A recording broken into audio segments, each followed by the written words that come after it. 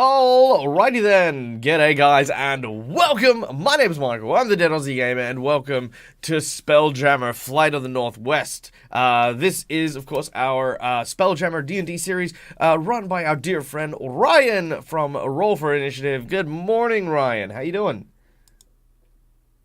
I am doing very well. I have been looking forward to this all week. I can't wait to have you all burn to death in a fire. No, I was thinking that the other day. I was just like, you know what I really need this week? I really need to know what roasted hippo smells like. I mean, that's just...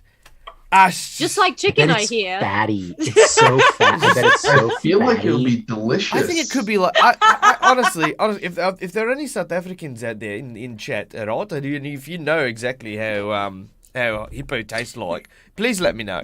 No, I imagine it'd be like pork crackling. I mean, like, you know what I mean? Like pork belly? Like, yeah. There's a lot of fat there. Yeah. Kind of like There's a lot of fat a big there. pig, But they're right? pretty active I also. mean, maybe, yeah. I mean, who knows? Who knows? I mean, I'm pretty active, but I got a lot of fat too. You can be active and fat. Exactly. That's true. Look at me. I mean, yeah, anyway. Gotta protect the muscle. Protect the muscle. All right. Well, this lovely crew of miscreants is about to set sail upon the Astral Sea aboard their valiant vessel led by Captain Graal. And but we'll find out more about that when we kick off. Let's now turn our attention to our lovely players so that they can tell you about themselves and the characters that they're playing. Starting with, let's go from the bottom of the screen here, starting with our dear friend Nix. G'day, Nix.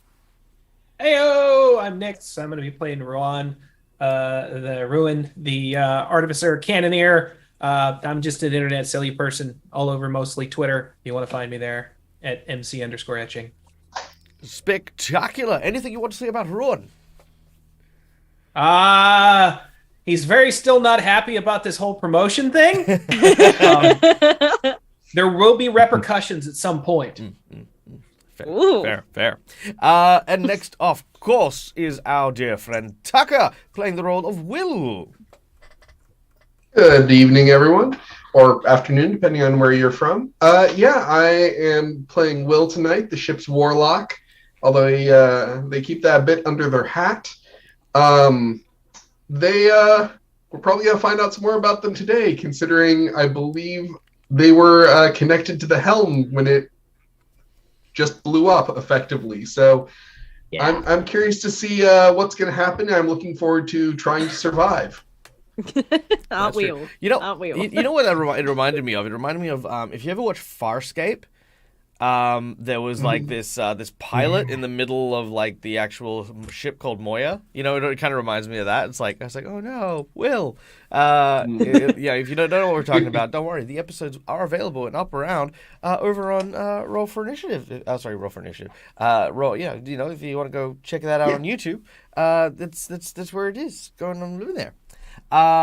Okay, next on our lovely list of cast members is none other than our dear friend Ellen, playing the role of Lockjaw. Hello. What's up? I'm Ellen. My podcast won an Emmy, and I can say that. No, it didn't win an Emmy. Oh my god, that's TV. Yep, it's fine. But hey, okay, it's not like this come is on, live. fingers crossed for an Emmy. Come on, guys. I know they don't. You could do that though. You'd be like Emmy winning, and people are like Emmy, and you're like, yeah. And then you just say yes. Yes, we are an Emmy winning variety TTRPG podcast, roll to cast. So if you like short contained TTRPG content, we've played 7 different games at this point. So check out everything that I do at Roll to Cast. That's ROLE to cast, and I am playing Lockjaw. He's the worst made character ever. Have you ever made a barbarian, but he's not good at con, and he is actually a bard, and he's an old man who just does not want to die lying down? That's this guy. Oh, it's gonna be fun. I can't wait to suffer the repercussions of my intensive role-playing inspired build for a character. Amazing. And I play Lockridge. He is a large hippo man, otherwise known as a GIF or a GIF, depending on who you ask. Boy. And he is I guess, like a ship security person. He kind of is very lazy. He is just kind of like puddling around on the ship, getting drunk. But yeah, I put out a fire. I'm the Nice. Yeah, they call me the fireman. And, like, don't worry, the ship, it's all in hand. It's not. I don't think they've ever called you that. I'm gonna But if you want to move start, one of the fire but if you want to icons start onto your it, character. yeah, It has to start somewhere, right? It can start with the people in the beyond the fourth wall. Okay, they can start just saying, "Oh, look, it's the fireman," and they're all Cockney chimney and they're all sweeps. Cockney now. Yep. All right. Oh, yeah. And Oh, last boy. but obviously not least, the master of ceremonies for today, we have Ryan from Roll for Initiative. G'day, Ryan. Yeah, that's me. Hi. Excellent. Good. I mean, Tell me about your character. I'm everybody. Yeah, you're everyone. Okay. Well, 4 hours later. All right. Well, without any further ado, and without any more, actually, no, there is one more thing. Of course, guys, things that make us look cool. Check it out. Roll20. It's over there. It's what we do. Roll20. Looks cool. It's amazing. Oh, Roll20. It's a VTT. It is the tool of our Spelljammer adventure. So if you haven't checked it out, go to roll20.com and check those things out. In addition, we have lovely sound effects from the people over at Sirenscape, because Sirenscape is cool and it's like Australian as well. So if you like Australians and you like cool things, then no, it's just gonna Put it all together. I pushed a button and the button didn't do anything. Let's try that again. There it is. Yay. All right. Yeah, go check out Sirenscape for cool and awesome stuff. And lastly, our biggest sponsor and our most amazing sponsor, you guys in the chat. Thank you so much for being here and donating your time, as well as hey, if you guys want to donate to the channel and ensure that shows like this keep going, then consider adding your own wildcard to the adventure. For $5, you can grant inspiration to a character of your choice. For $20, you can give inspiration to the GM. For $50, you can summon a magic item or an alien item as a boon for the party. And for $50, you can design an NPC to be featured in the show. So you're actually going to make a character that goes into the show and becomes a part of our story forever. So yeah, there you go. Those are the things. That was awful, but I'm just gonna swiftly move beyond that and just be like, hey guys, enjoy the show.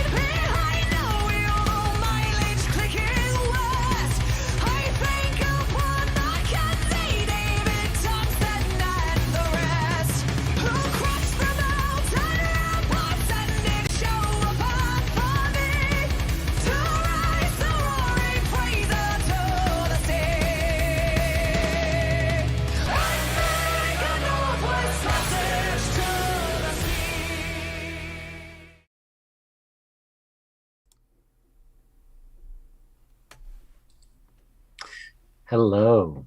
So previously on the Flight of the Northwest, the ship was under attack from, they don't really know where. A fire started below decks, and these creepy, crawly creatures started creeping from their cabins. A number of large tick-like critters that burst open into swarms of other stinging insects, and these strange, never-before-seen phasing plasma spiders that are wreathed in magical fire that potentially could be what it is that kicked this off. A lengthy battle with insects and crewmen running all over the place. The bugs have been taken care of, at least for the most part. There are injuries and bites and burns on almost everybody in the crew. We do find ourselves below deck with Ruin, Lana, and Lockridge back up, as well as Will And on the top deck, we have Lockjaw and the captain that are dealing with some of the fires. But that's pretty much where we are going to let things start to kick off. I'm going to go ahead and say that we are out of the initiative order, but I'll be chiming in every once in a while with things that are going on with Will, as the last time we saw Will, but none of the other party or crew know where he is. Will is nowhere to be seen by any of the other players. He is wrapped up in a magically burning cocoon of plasma spider silk, and he just lost his attuned psychic connection with the spelljamming helm that has burst into flames. So before we do anything else, Will, I need you to roll 1d4 for me, please. Oh. I love contextless dice rolls. It's my favorite thing. They make It's you not so nerve-wracking nervous. at all. Oh dear. Did that Let's see not go? what we have. There we go. 2. All right. Upon the psychic magical connection of the Northwest being severed from Will, he immediately takes 3 levels of exhaustion, having his speed halved, disadvantage on all ability checks, and disadvantage on all attack rolls and saving throws. Just as a quick reminder, 6 levels of exhaustion is death. Yeah. Yeah. So, It is. just Cool. keep those things in mind. The exhaustion hits you, and we're also going to do a quick... But wait, there's more.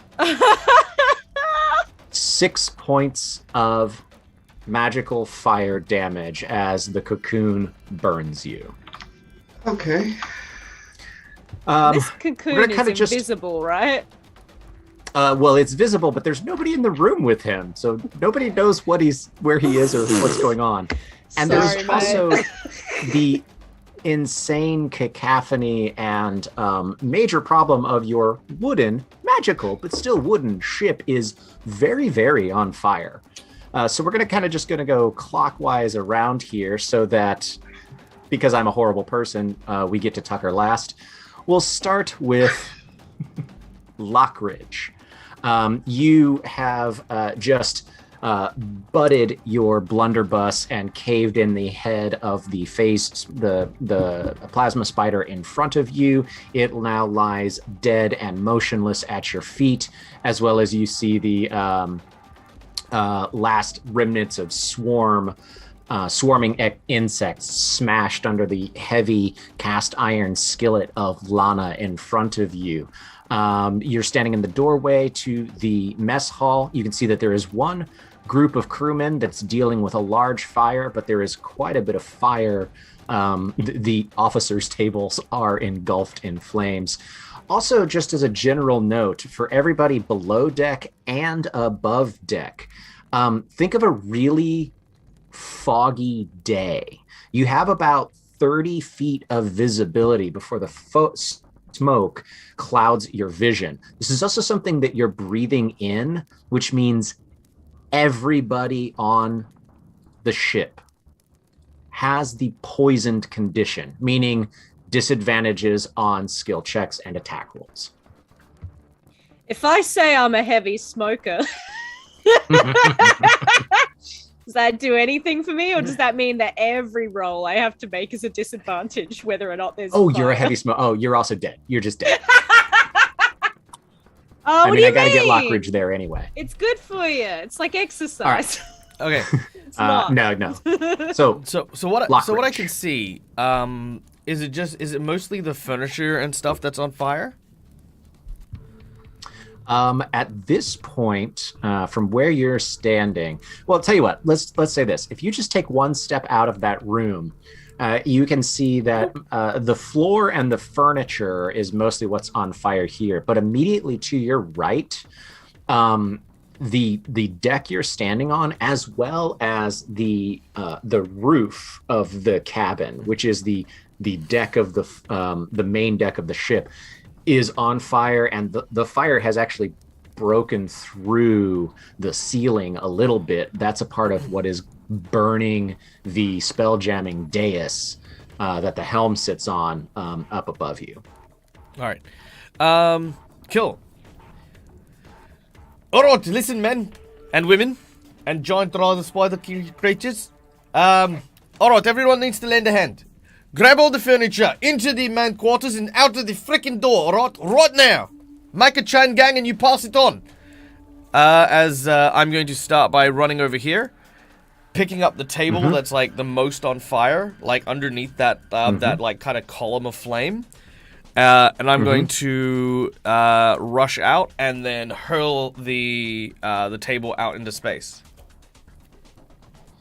Ooh, I like that. So we'll say that, you are able to take care of that is with that series of actions. We got one pillar of fire here that you are able to take care of.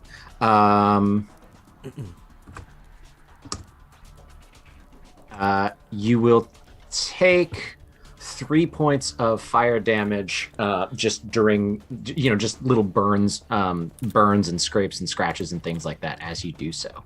Yep. Absolutely. We have one bit of fire that is taken care of. Cool. That will take us to Lockjaw. You are on the top deck. You actually have a pretty nice little fire control group. But I mean, you immediately assess the fact that your spelljamming helm is on fire. The runes, the magical runes that are on this dais that are carved into the dais are no longer alight with their magical energy. Okay. And it is currently still on fire, right? Yes, you still have sort of two main bits of fire that you're dealing with in front of you there. Bejabbers, get the crew to get this fire down to a reasonable flicker, and we gotta save our helm. So I kind of want to command the crew to still focus in on the big fires in front of me, and maybe I'm focusing on saving the helm. Fantastic. Make a performance check for me. Sure. All right. I heard a roll. That's a 9. It's a 9. Things are pretty shook with everybody that's going on right now. So you do the commands, and they're definitely working at it. But it seems like, you think what it is that this group of folks, the dire straits that this is in, sort of registers to them. And as you are dealing with the one in front of you, you are able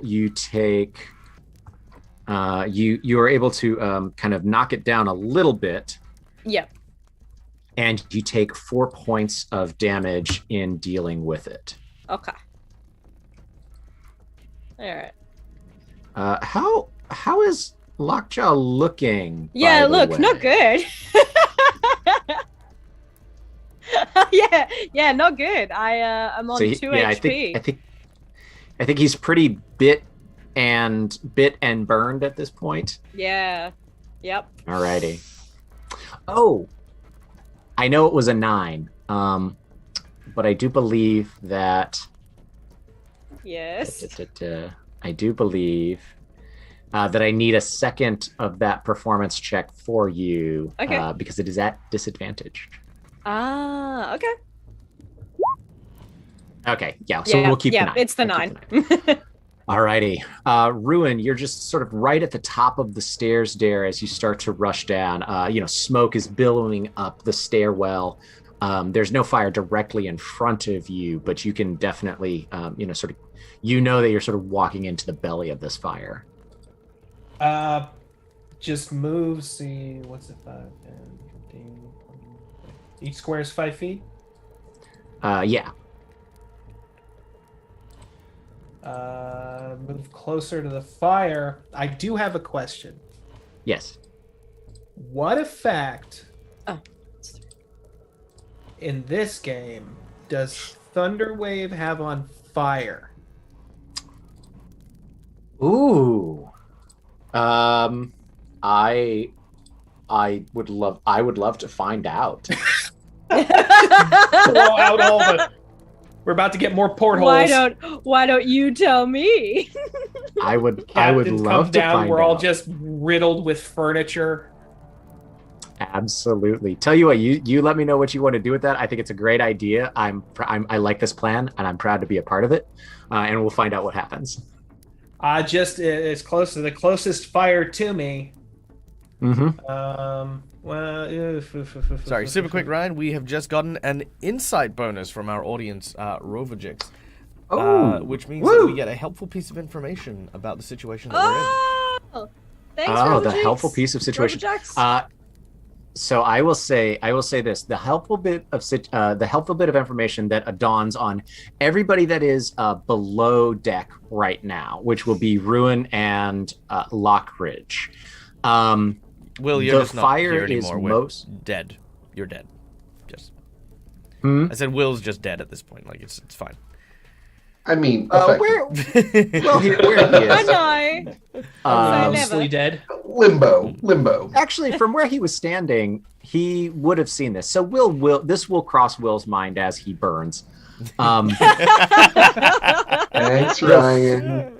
The fire really seems to be the hottest and the worst right here. If you see where that bit of flame is that's on top of this little hatch that's on the ground, it looks like that's where the fire is the worst. And you know that below that hatch leads into stowage and where like the rudder is controlled from and the ballast is kept. So there is another, very shallow, only like 5 foot tall, lower deck to all of this. And it dawns on you that is where the fire started, and that is where the fire must be the worst. Okay. Wow, that's quite helpful. So with that in mind, we are thunder waving, as long as that's what you want to continue to do, and finding out what it does. Yeah, the closest fire that I can get to. And what's the area of effect of thunder wave? It's a 10-foot cube. Is it 10? 15 foot. Yeah, 15. 5, 10, 15. It's a 15-foot cube. So you can actually you can find a way to center that cube.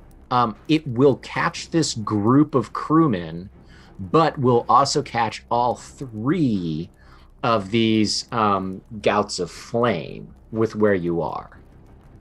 I'll just scream duck and cover. Alrighty. Go ahead and roll the damage for Thunderwave.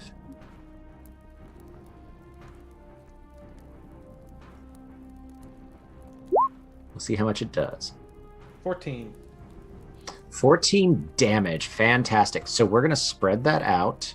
I was looking for a 10, just to let you know what I was looking for. So the fact that it did that, you see the smaller bit of, and when I say small, I mean like it's enough to encompass like a large, oversized like recliner. This is not a tiny little trash can fire, but this smaller bit of fire that's in front of you goes out, and the smaller one that's over by Lana goes out.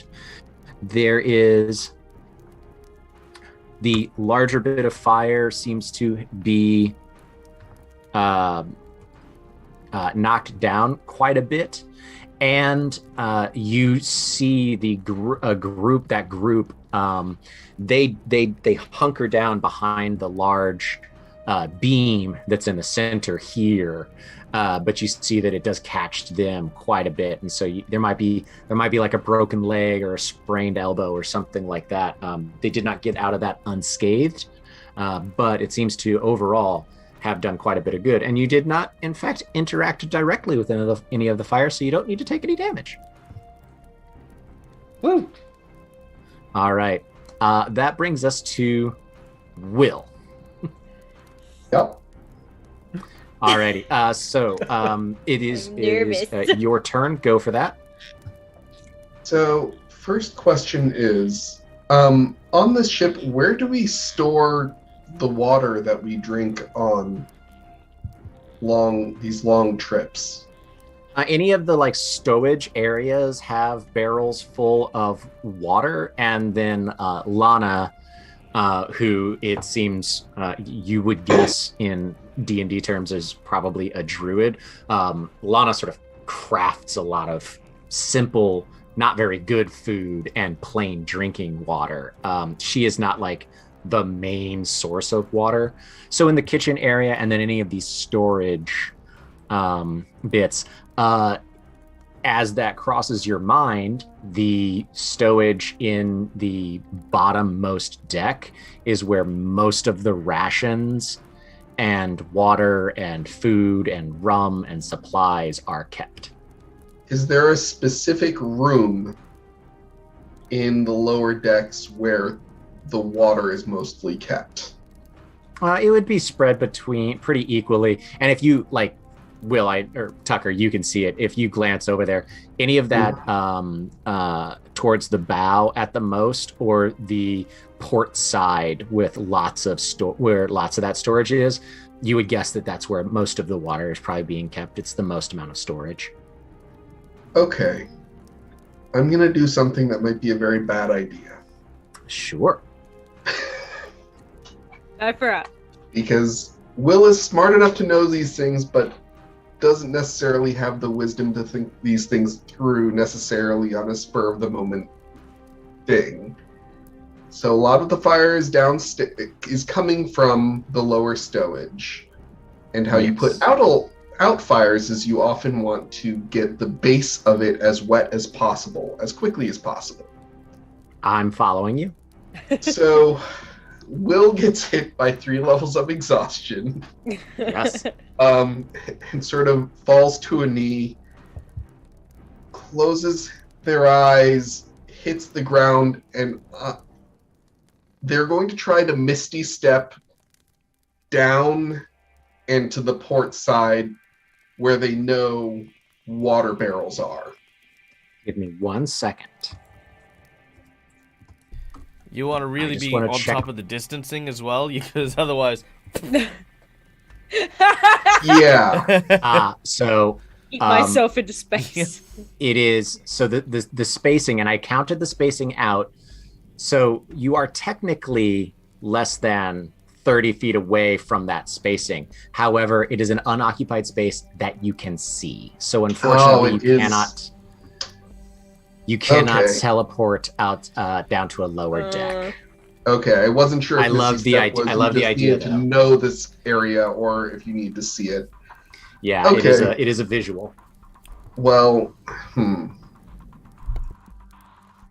let's see here. So you can see everything that's in this room, and 10, 15, 20, 25, 30. You can basically see out into the hallway, basically to the base of the steps.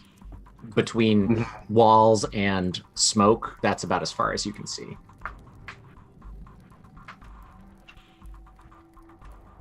Okay.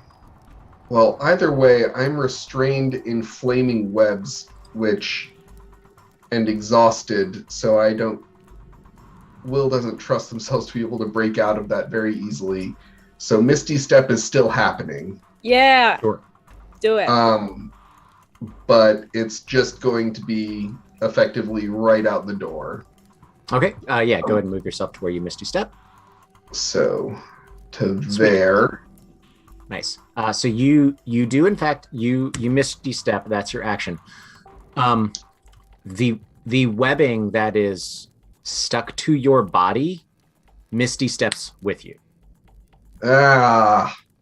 I was really hoping that wouldn't be the case. Am I still restrained or just on fire? You are still restrained. You're still entangled in it. It's the same ruling. I looked it up from Jeremy Crawford. It's the same ruling. You can misty step in a net, but when you reappear, you are still caught in that net because it travels with.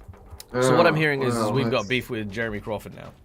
Exactly. We're coming for you, buddy. So So Jeremy, anytime you would like to guest on an episode of the Northwest, the Flight of the Northwest, we would love to have you on. what I'm hearing is we have to beat him in order to beat the rule. It's like So- once Jeremy he- Crawford, you are now the big bad. So Will was really hoping that was gonna work. Yeah. So I think didn't. you misty step. That's your action. You have no movement. You That's have my a bonus bonus action. action. That's your bonus No, action. Misty Gotcha. Step's a bonus action. So with that, Will's going to take their action to try and get them out of the webbing, out of the flaming Sure. webbing. I do believe that will be a strength check, which is at disadvantage. Yeah, good old strength checks. And just to be transparent, it's not easy. We're looking for a 15. Mate. Yup. Mate. Will's having a rough day.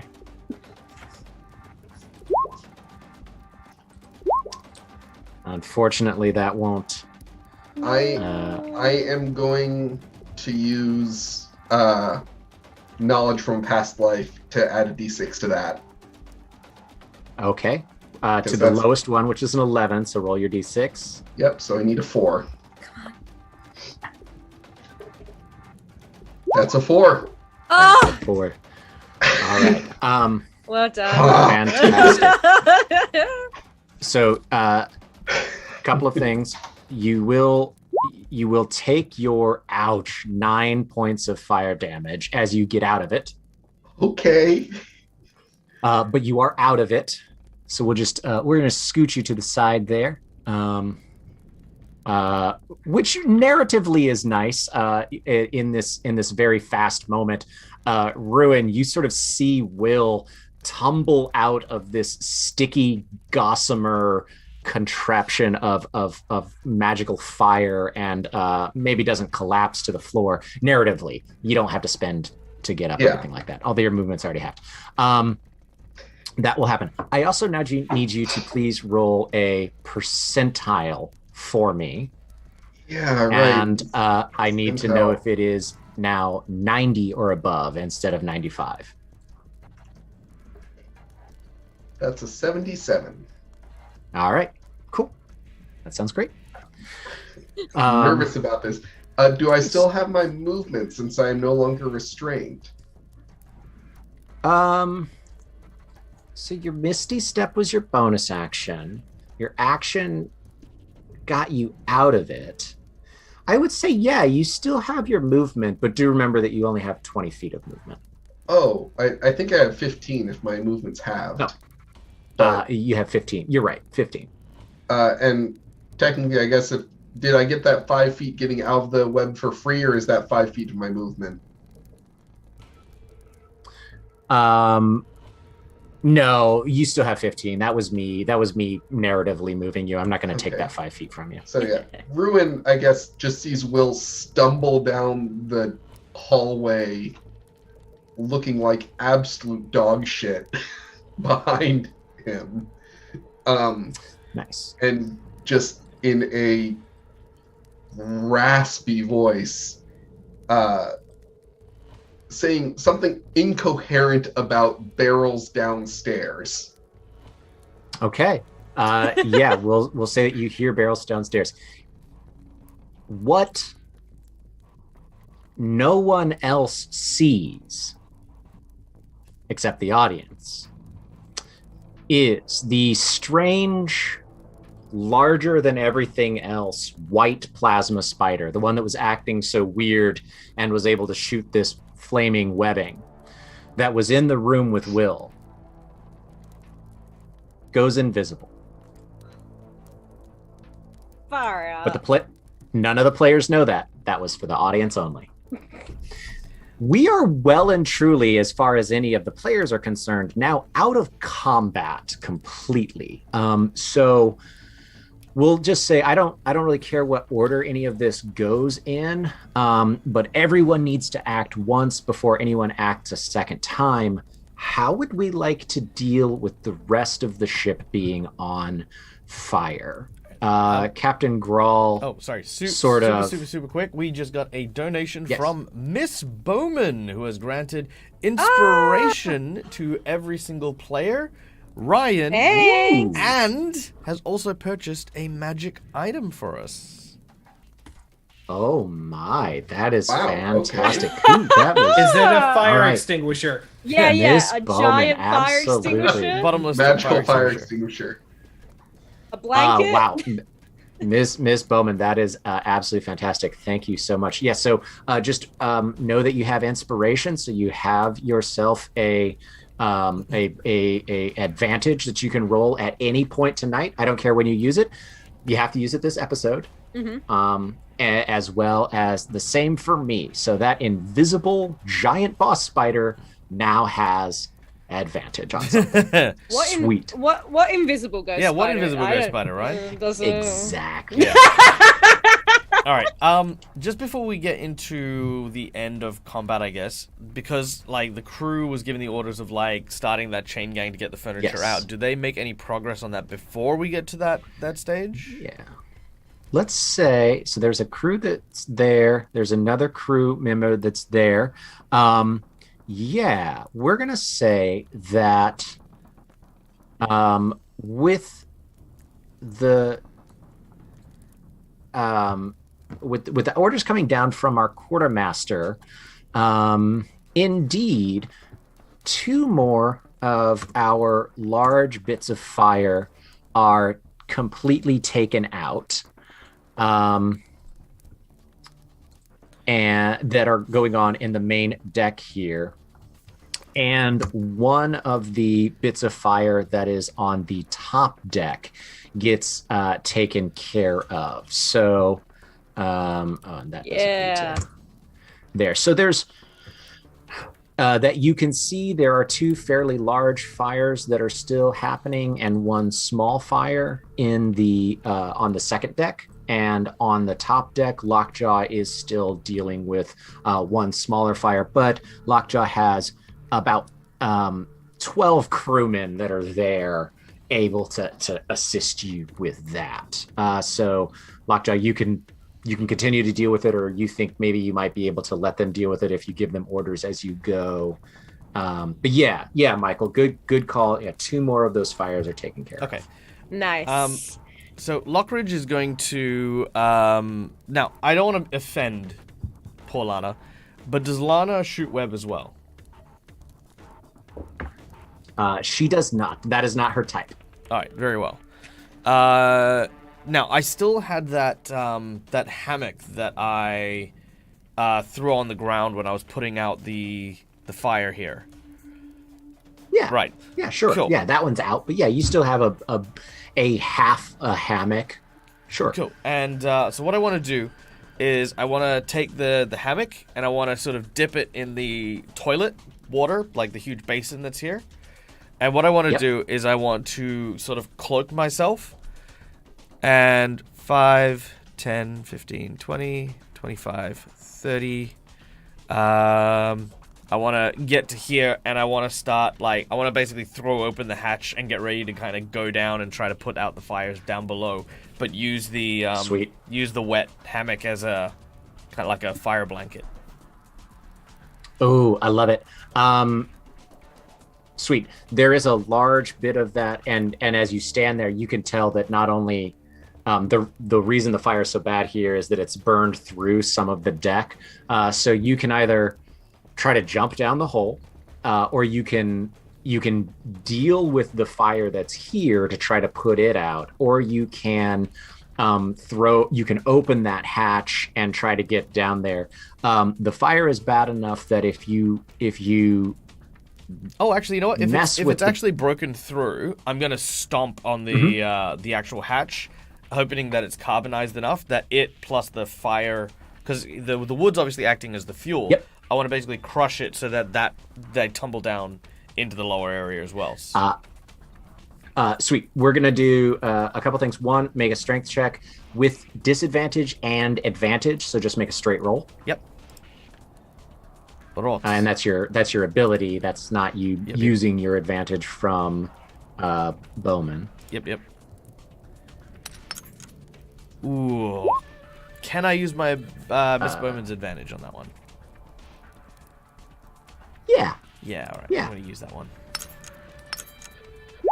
10! There it is. Perfect.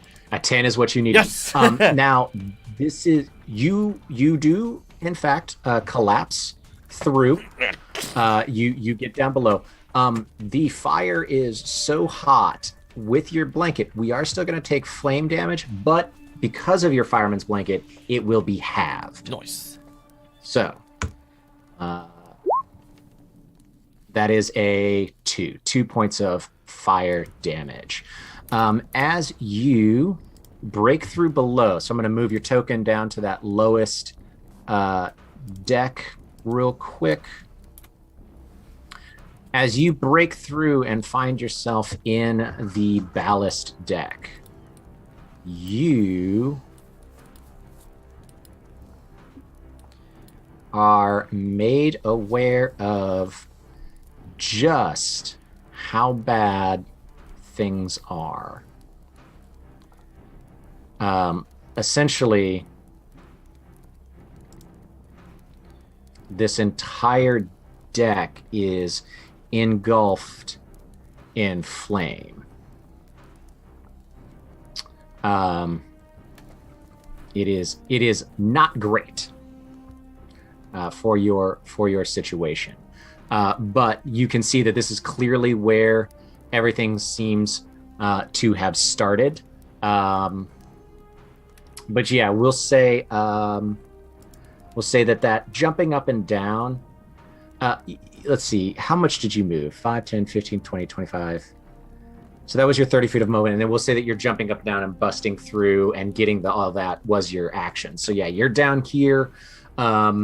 You will take half damage from interacting with any of the fire, and you can see just how bad things are down here. All right.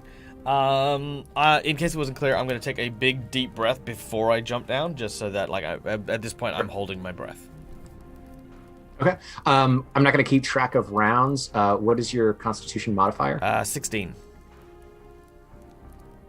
No, your modifier. Oh, sorry. 16. No, 3. 3. You can. I'm not going to keep track of rounds 6 seconds at a time. You can hold your breath for 3 minutes. Okay, cool. So narratively, when we feel like that has taken up, you'll need to take yourself a breath. That's nice. Okay. That's Lockridge. Who's up next? Well, I feel like I'm just focusing on the helm right now. Sweet. Am I able to, as I am already quite burnt, am I able to use my mage hand and my blanket to kind of just smother the helm? So that I am not actually using my body to put out fire. I mean, Lord knows I would, but 5 pounds and a blanket. Make a dexterity check at disadvantage. Okay. No, make it off of your spell casting. So your charisma. Make a charisma check at disadvantage. Okay. All right. Oh. Okay, so 17. So the lowest 17 is not bad. Nice. This is you interesting. Between you physically helping and your mage hand doing this for you, the other 3 managed to take out that other one. You are able to put this fire out. The mage hand helps protect you a little bit, so you will take the fire damage, but it is halved. Okay. Do I die? Oh, 2 no. points. I'm down to 1. So. And then I will order someone to get me a stiff drink. If I might actually just kind of like collapse and motion to a crew member to get the flask on me belt. Oh, lad, Lockjaw's ready for the spit now. If you don't get me a drink to cool me off. Because basically, I need to drink heavily now for my plan to work. All right. Yeah, you're able to get that. Bring it to me, lips, lad. It seems to you like they're sort of dealing with what it is that's going on. It seems to you that actually these guys, you know what? You don't know. Maybe they are taking your orders as they all 5, 10, 15, 20, 25, 30 do start to run below deck. Okay. Well, maybe just as I think I'm down for the count now, and I might just get my flask my own damn self. But I think we can just assume that might be Lockjaw's action, is just kind of slowly, getting to his belt and fumbling with the lid with the very, very tremulous hands. Sure. So yeah, we'll say you sort of lean back against the door, the cabin doors that are right behind you as you sort of burned and barely hanging on to consciousness, breathing in the smoke, looking at your destroyed spelljamming helm as you get yourself a bit of a drink. And you know what? Just because I'm a mean person, Ellen, call me evens or odds. Evens. Evens? Yeah. On a 2. Yay! You do still have a little bit of whiskey still left in your Yay! Right. Rune and Will, who's up next? I'll go next. Okay. Is drinking a healing potion a bonus action or a full action? It's an action, I believe. Okay. I was not sure. Alright, well, with that being the case,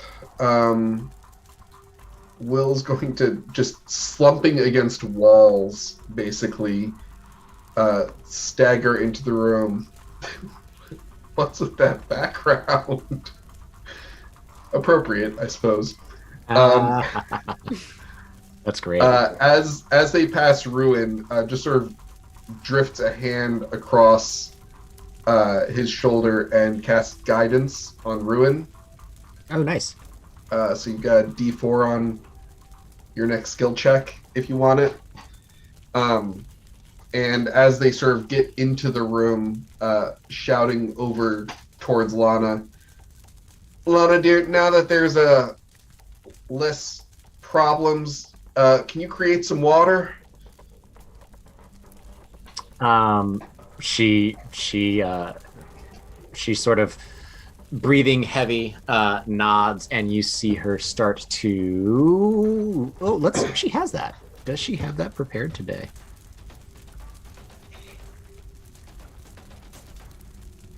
Yes. Does she have create food and drink? She doesn't have create food or drink. So yeah, she actually sort of just is breathing heavy and says, "Well, I'm real sorry, but didn't know it was needed today." And like stomps on one last little centipede with her little spiny spider leg, grinds it into the ground. This is the first time that she's gotten to talk, so it's fun. There are 2 Southerners on board. I don't think any of us could have predicted today was going to look like this. All right, Ruin, that'll take us to you.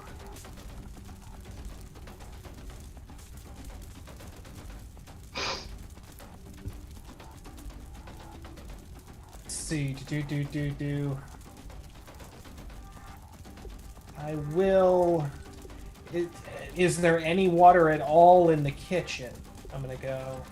There's a barrel. There's essentially like a 5-gallon, like a carboy of water there for any given moment. Yeah. Okay, so I'm gonna 5,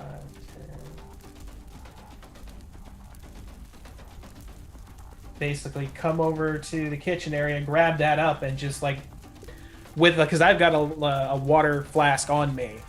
All of the liquid I have, try and put out this little fire here. Yeah, absolutely. What was that? 5, 10, 15, 20, 25, 30. Yep, that'll do it. You grab that carboy. You're able to get that one taken care of.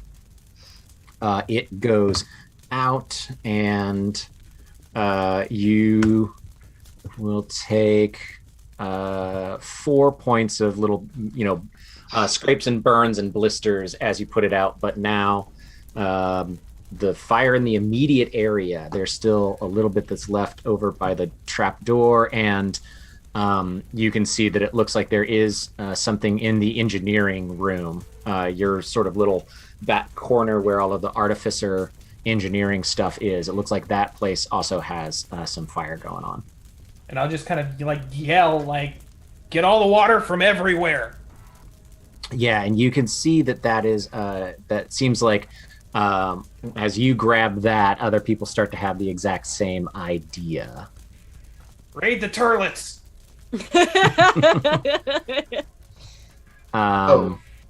One other really quick thing, just like with the smoke filling the air, Will's gonna send Prince away until things are less smoke filled. Do you dispel Prince, or does he just fly up to the top deck? There's not much air up there right now, if I remember correctly. Oh yeah, no, it is. It's the whole envelope. So okay. Yeah, dispel. Alrighty, 5, 10, 15, 30. With a double action, the captain runs up, and as she runs past, you hear her yell, "You heard our new ensign? Let's get these fires out, gentlemen."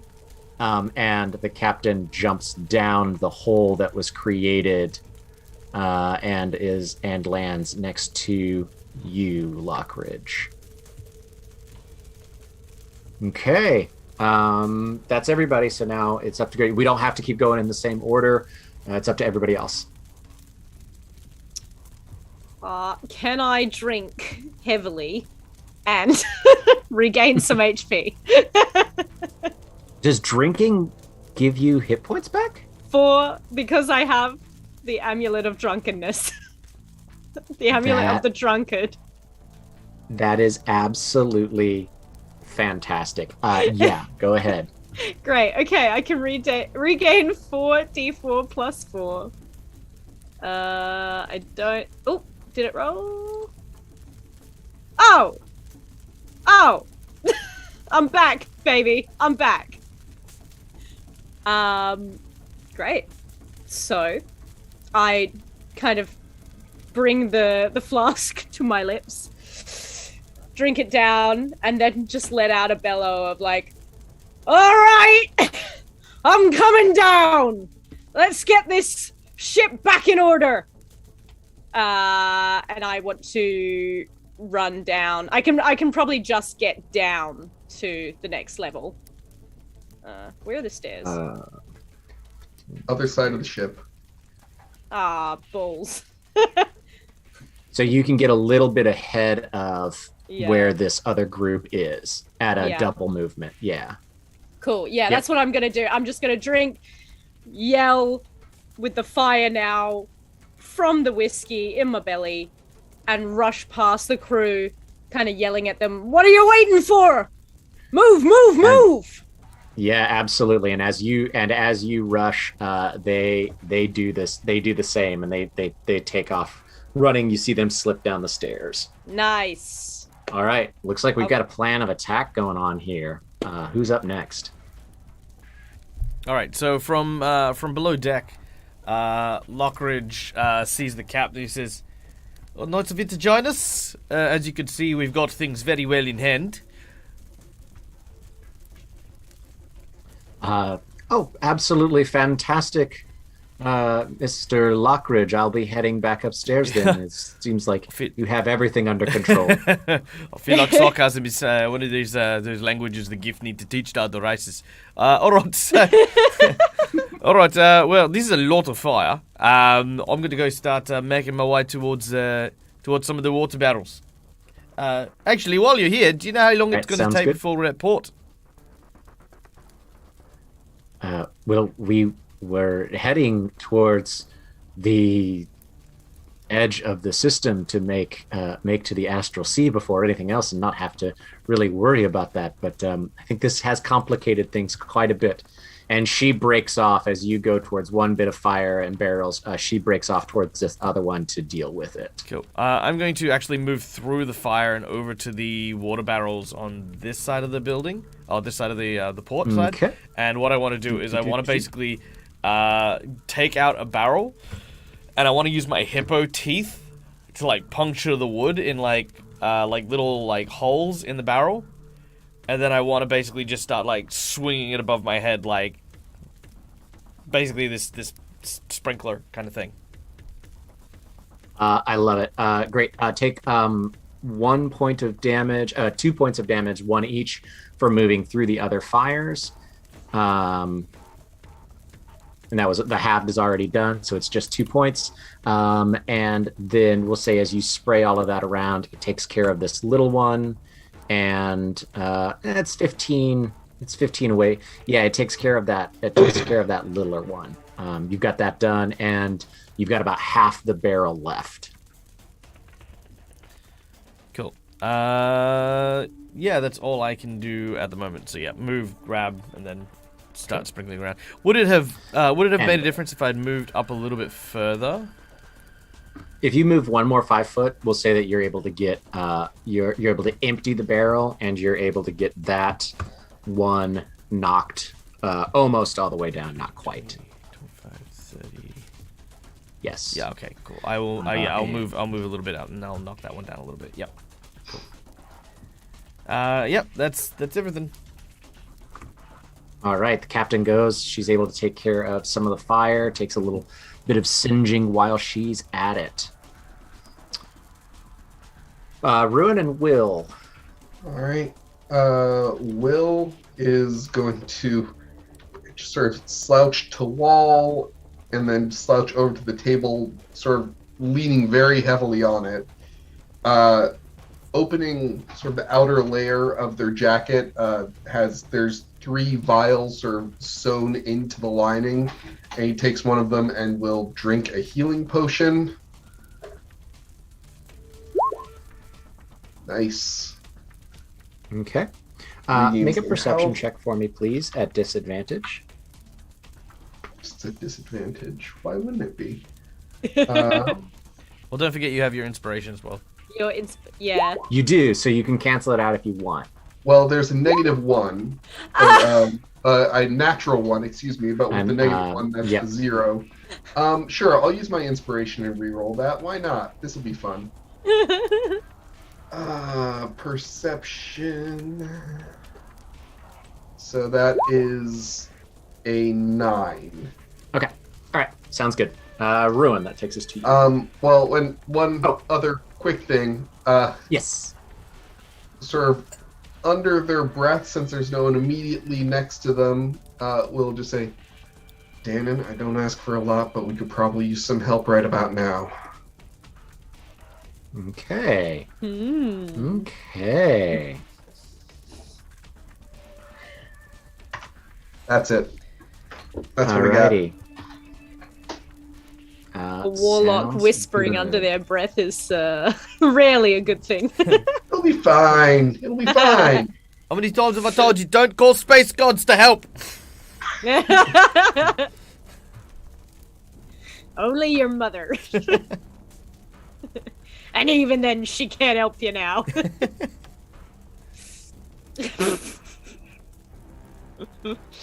All right. Who's going next? Ruin, that takes us to you.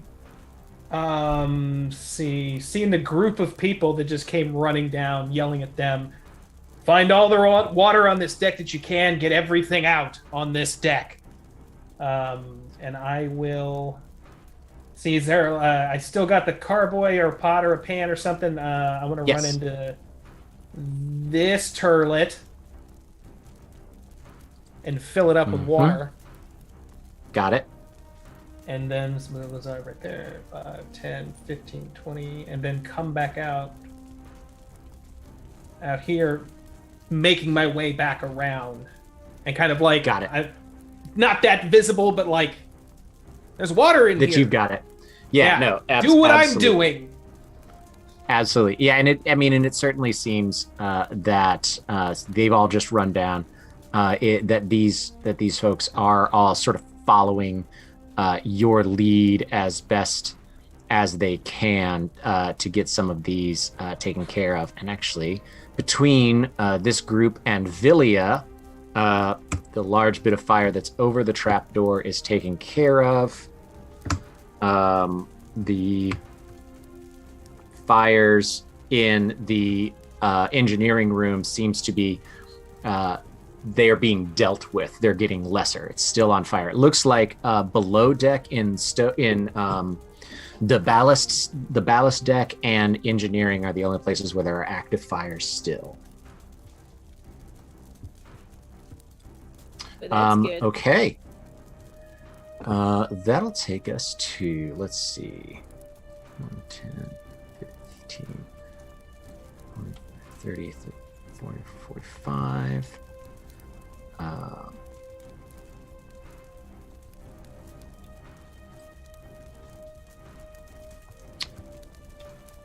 That is you actually see you see Lana sort of skitter and crawl, and it's very you have not been aboard this ship. She's right next to you, and she's coming towards you, and then she sort of goes horizontal, and half of her legs are on the ceiling and the other half are on a post, and she skitters across the top of the ceiling and then finishes her barrel roll as she slips through the door into the engineering room, and you see the last bit of fire flicker out in the engineering room. So our ballast deck is all that is left.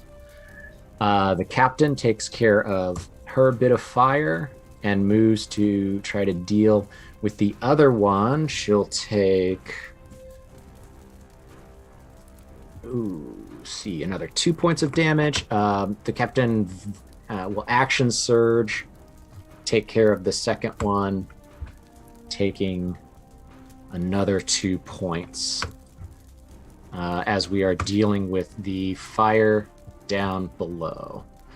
So it seems like the fire on the top deck and the second deck has been dealt with, and things are just left down in the ballast. And so Lockridge, why don't you tell us what you're doing? And I think after let's hear what it is that you have to say. All right. So Lockridge, when he came through, would he have seen the other fires and where they were kind of currently?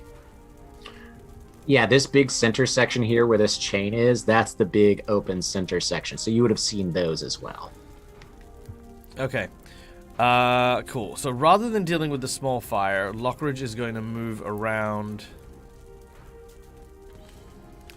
to about here. And I'm going to try and throw the remaining half barrel at the fire that's there. The larger one or the smaller one? The right larger next to one. you? Larger one.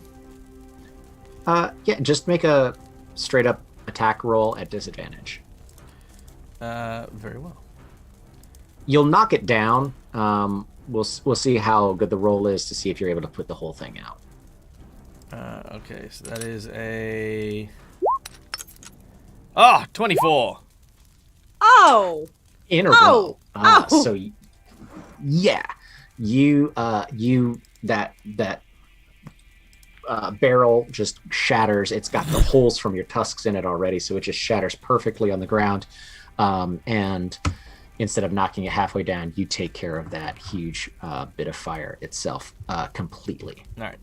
That's nice. Yeah, that's all I'll do. I'll basically need to get rid of the other one as well, but yeah, we're doing all right, I think. Absolutely.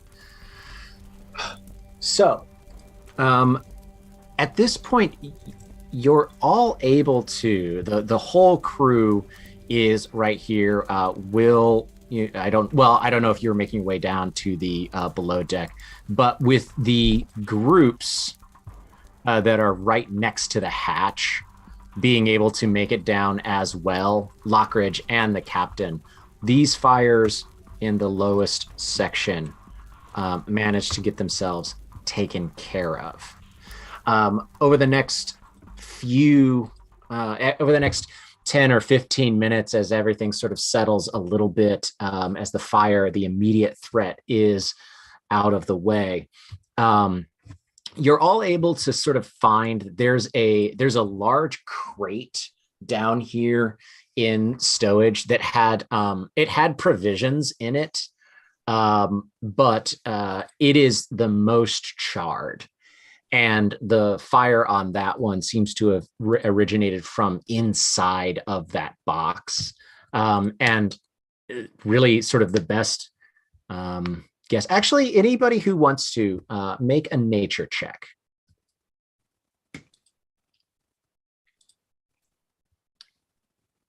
I'm not down there, right? Again. Well, enough time is we're gonna say this takes place over the next 10, 15 minutes. And so, okay. Our position on the map doesn't need to really matter right now. Sweet. Yeah, I'll give it a roll. Give it a go. Yeah. Could I use investigation? No, not me.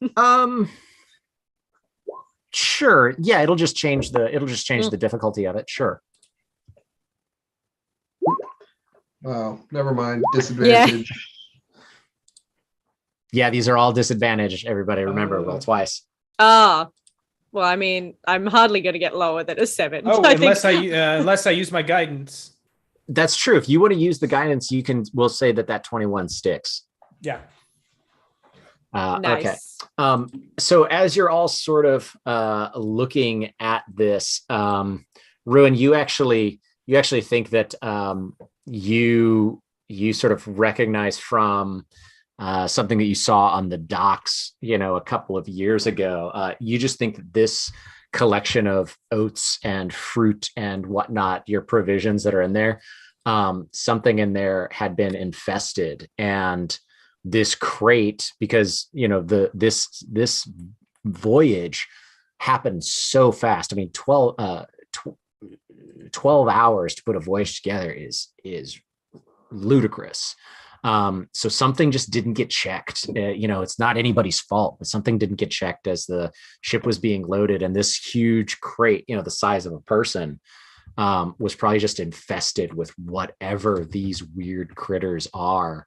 And it looks like this burned from the inside out, wherever this thing hatched.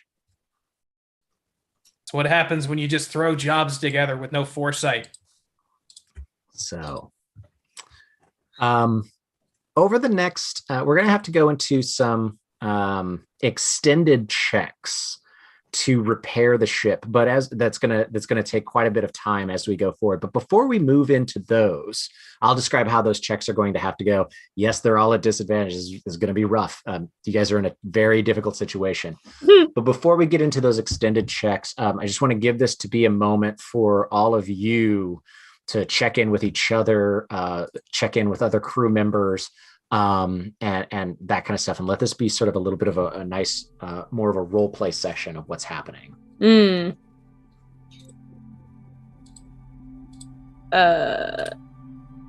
I might, to Ruin, Lockjaw might say, that was some fine work.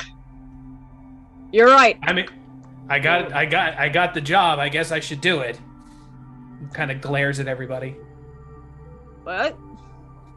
You did fine work. Just shows that you can step up. That's the things that we need. We need keen eyes and people who are just willing to do the work. Well, thank you. I would be honored to share a drink with you. And he claps him on the back. Lurch forward. What are your hit points at? I just die. I kill him. Will, who is still just sort of been slumped at this on a chair at this table, since he sort of sat there at that sort of waves over and gestures at the empty seats next to him. If you want, these are comfortable enough. Rot, well, don't get too comfortable, mate. Rot, there are plenty of holes in the ship, and we've just burnt through all of the wood supply. I take the chairs, and I start breaking them, and then I start handing them to like users like the fixing up the holes in the walls and the destroyed trap hole and stuff like that. Yes, right. Well, I suppose if we're working, Captain, do you want to take a look at the helm with me, see what that might need to get going again? Yes. The Grawl will come up with you and say, yes, I think that's probably needs to be our first priority. So you guys can head up to the spelljamming helm itself. And we're going to want to look at some maps to see if there's any way stations anywhere near us where we can repopulate the air pocket. Yes, indeed. Right, well, I had a bit of a thought on that. I mean, look, we're already on our way to the Astral Sea, as far as we can tell. Instead of looking for another port which might take us even further off course, what we probably could do is see if there's any planets within inhabitable atmosphere that we can actually soften some of it, so we can get rid of some of that toxic air and get some of the good stuff in.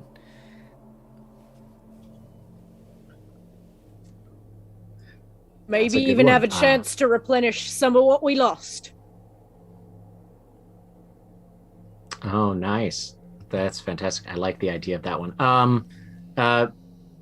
Lockridge, make a survival check for me. Right. Actually, I've got trained in survival, but am I still at disadvantage? Yes. Right, well. Oh, that's not good. Yep. Yep. Did you reroll with your inspiration? No, that is more disadvantage. Oh, That was more disadvantage. So, yeah. Lockridge, as he thinks this very clearly as an idea, but what he actually says is, alright, listen, we should crash land somewhere. All of the thoughts in his head are like, we can get oxygen, we can get supplies, but what he actually says instead is just, let's crash. That's You can see me spit as I'm taking a drink from Lockjaw's. What? Oi! That's perfectly good whiskey. Don't be wasting it. Is this too cruel? I shove your head back in there. In the whiskey that you spit on the table. Lap it up, boy. Oh, that's fantastic. That's wonderful. I love every second of it. With this craziness going on, Will is going to actually, if possible, excuse themselves from checking the helm, leave that to the captain to volunteer to look at any navigation charts or anything for any planets or ports or anything to repopulate the air bubble. Also, partially as an excuse to get some time away from other people. Okay. What do you mean? So before we run off and do this, so these are great ideas. We've got a bunch of different things. Will, lend a hand. up at the helm with the captain. This is going to be one of our first checks that we do here as we start to look at where it is that we need to go. So you and the captain are surveying the deck. I mean, in the chair, this sort of rounded, carved wooden, almost Norse throne that sort of is chained to the deck. You can see that half of it is just burnt. One of the arms has been burnt completely to charcoal and has collapsed. There are holes in the deck, in the dais that's there, and the magical runes that should be alight are gone. You also see that the when you look up the ring of magic plasma, the ring of magic fire that powers the ship moving forward and pretty much provides light on the entire deck, is gone. the top deck is bathed in darkness. At the bow, the little ball of blue nebula is just a blue marble ball the size of a basketball at the top. It seems that all of the magic that propels the ship is gone. And as you stand on the deck, there is still the gravity plane, but you can feel that the ship itself is drifting and is actually sort of corkscrewing as it drifts.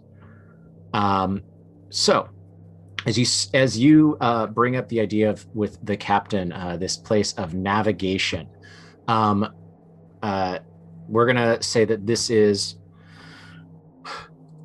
we need 3 successful checks before we get 3 unsuccessful checks. Now, you can tell me, we'll just do this one at a time.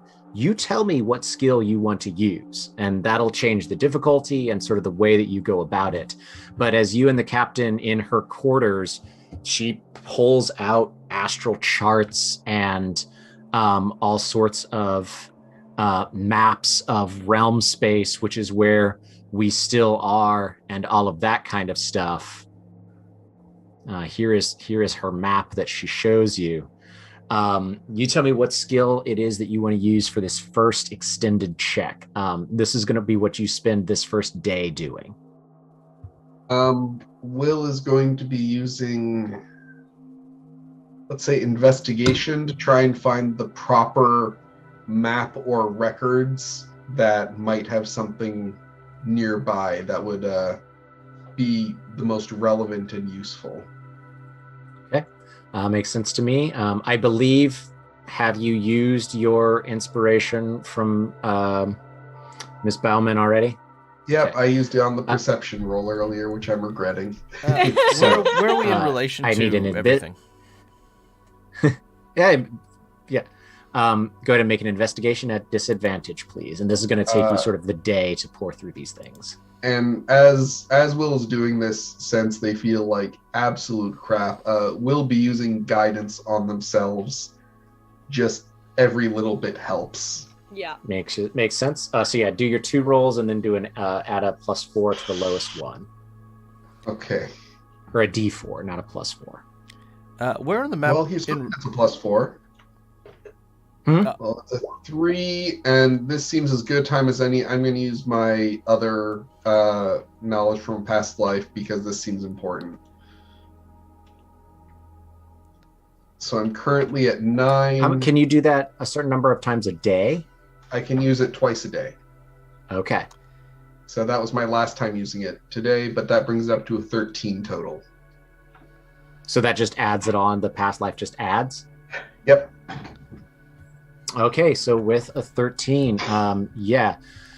So as you sort of are looking at these charts and maps and all of that kind of stuff, you know that there is in realm space, there is sort of this, think of it like a Halley's Comet. There is this massive comet called Cathautic that passes through this system every so many years. It is sort of, you have gone past where that is, but you have a feeling that you can sort of, if you can get the ship moving again under some sort of power, you can try to catch the path of this massive sort of moon-sized comet and try to skim its atmosphere to at least replenish the air envelope. And this thing is massive, the tail of the comet, there's all kinds of mystical ethereal magical things that live in its in the comet trail, and things like that. So the ship is not under power yet, but you think if you can get it under power, you might be able to aim for this with one success. It's a maybe. We'll need 2 more to figure out if it's going to work for sure. Great. Okay. Very there cool. any way Very that cool. we can lend support somehow, or is this kind of so like a? These are kind of like each one of you is finding something to do that absorbs all of your time and effort and energy each day. Got it. So that is what Will spends this this day working with the captain on doing. But each one of you has something else that you can work to do. The main problems that you all know is, one, you don't know where you're going. Two, you don't know where you are. Three, the ship doesn't work. Four, you don't know how many supplies you have.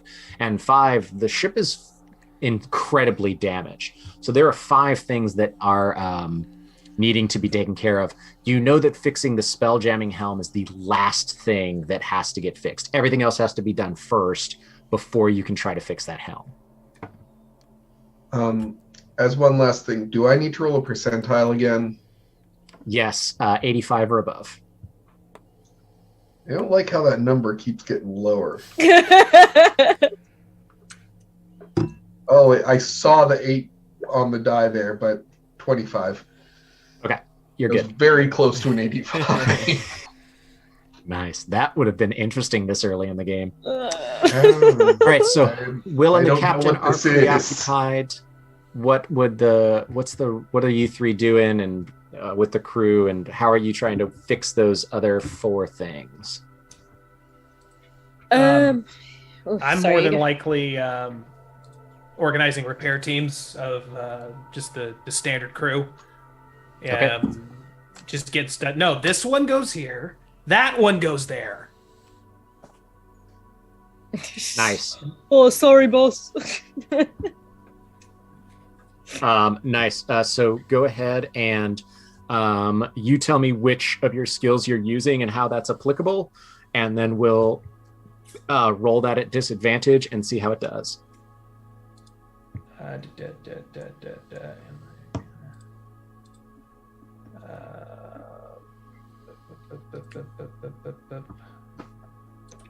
Probably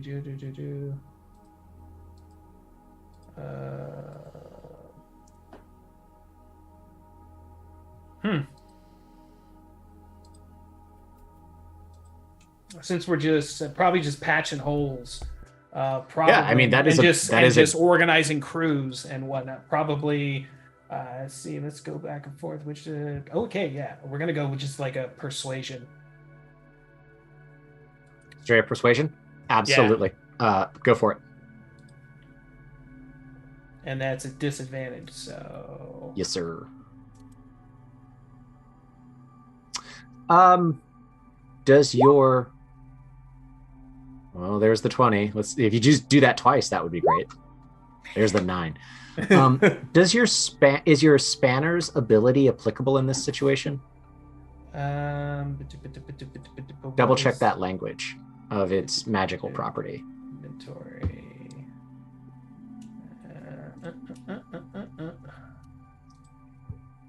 No, intelligence modifier. Use the expander to give you advantage. Oh yeah, give an advantage on the skill or ability check. I mean, yeah, if I'm working alongside him. It gives you advantage, so that would make it just a flat roll. I'm gonna let that 20 stand then, and that'll give us our first success. So we have 1 success on where we're going. We have 1 success on repairing the ship. Where we are and the supplies are the main concerns right now, split between the locks. Yeah, the lock stock. All right. Well, here's a question. Do we need to do different things? Like, for example, could I assist Lockjaw and remove the disadvantage? I want to say, yeah. Let's get some good storytelling to it. Let's do, more than just like, oh, I help. And so that way you can get rid of this disadvantage for one thing instead of trying to accomplish 2 things at once. I think that's fair. Yeah. Okay. Yeah. Cool. Great. And we have a rapport, so I feel like it's the thing of, Yeah. all right, well, if we're going to be here for a while, we better know how quickly it's going to take to starve us out. Oh. Let's get these stocks all checked. All right, and Lockjaw is asleep in the vicinity while all the checks are being done. He's just kind of nestled himself into some barrels. But he does say one last thing. He says, "All right, now listen very carefully. I want you all to make sure that if anyone tries to steal any food, you understand that I will be the first to turn to cannibalism. And everyone in this room are the hors d'oeuvres. You start first, all right? And then I'll start eating my way up to the bigger game. I've done it before, I'll do it again. All right. Now don't bother me while I'm napping. Because I'm using my keen gift nose in order to count, just to double check your work, all right? But I have to be in a meditative all right, state. Lick Spills. You heard, Lockridge. If you don't want to be the rump that we're serving up for dinner, then you best get to counting. Sure. I mean, that sounds like a wonderful bit of persuasion to me, but if you want it to be a different one, that's fine. Make that roll. Whichever one of the two of you wants to do it is fine. Make that roll straight up. Yeah, cool. I'll make the persuasion Probably roll. the bard. Oh my god, that's only... Can I use my inspiration? I believe Ellen has her inspiration still. Yay! Let's do it again. Maybe they just stand there kind of ha ha ha ha, and I'm like, oh, I'm not joking. Get your asses in line. Oh, holy shit. Jesus. No. Looks like it'll be a 10, I guess. That's when we work together. With the fact that it's the two of you and you are sort of filling the roles that you need to fill, that is your normal role on the ship. 10 was the difficulty for that one that I had in mind anyway. Great. So your supplies are in check. So here's the that's all that the rest of the crew is also doing stuff to help. I'm not going to fill our playtime narrating what NPCs do and sit here and play with myself online. That's the OnlyFans. What you and what Lockjaw and Lockridge do discover, it's good to know, but it's not great news. You can feed the crew for the rest of today, but that's it. There is some water, and in the morning, Lana says, look, I can create a little bit for a few of us to drink, but I can't take care of the entire crew on my own. But starting with day 2, which is what we are now on. Sorry, just before we get to day 2, I'm going to look at Lana and say, all right, Lana, listen very carefully. You know, we go back a while, all right? We know each other. And I wouldn't ask you this if I didn't think you were going to be comfortable, at least in some way, alright? But there are a lot of bugs on the ship. And that's protein as far as I'm concerned.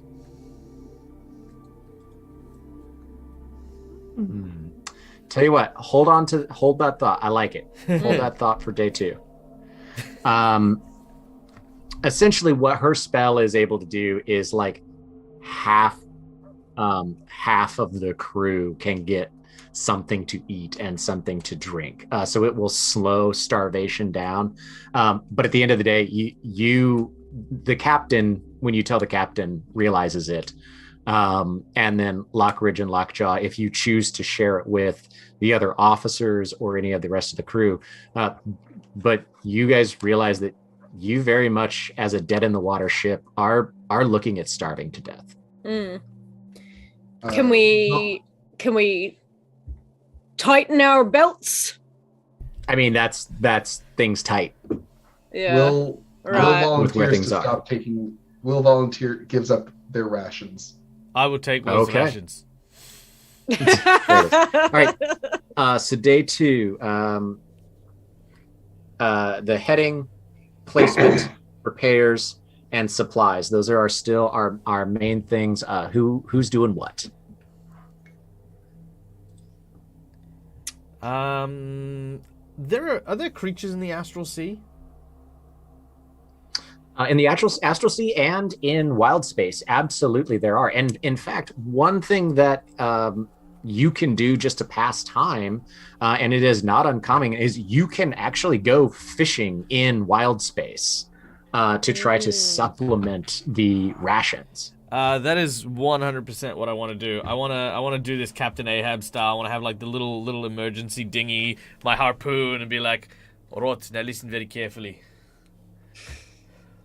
I've heard of the great white salmon, and by thunder, I'll find it. And when we do, we'll kill it and hide it from the others." I love it. All right, let me look this up real quick. I have it. It is a thing that you do. Also, can I touch on comfort levels for like whaling? Because obviously, like, big dude on a dinghy with a harpoon. Nope. Okay, good. I mean, think Moby we're Dick is fine with definitely it. No, an I inspiration. know, but I mean, it's a good thing to check up on because it is a very upsetting part of human history. Yeah. You know, like, yeah. So. Yeah. There it is, astral fishing. Okay, roll a D10 for me, as is everything now, at disadvantage. All right.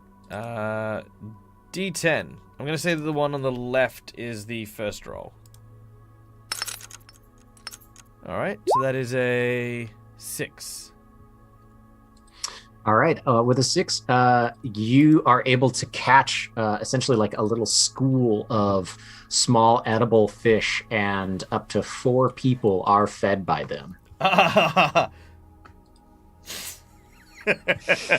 Or one gift, apparently. Mate. Yeah, do you? It's the first day of severe rationing. Do you divvy out? Look, it's or every do gift for you- themselves.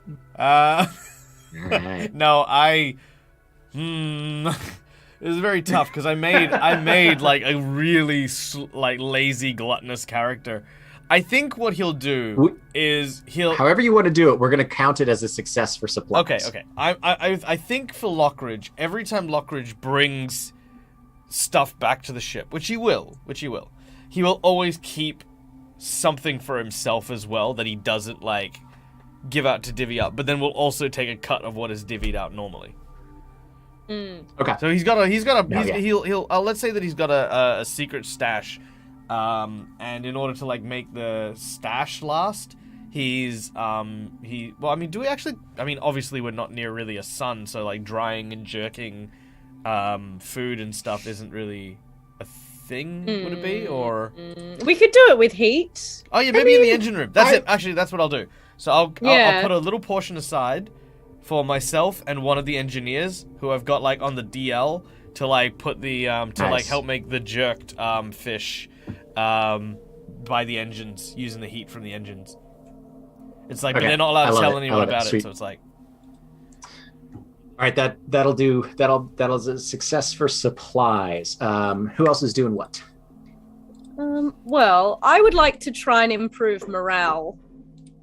Fantastic. Since It is we very may have needed.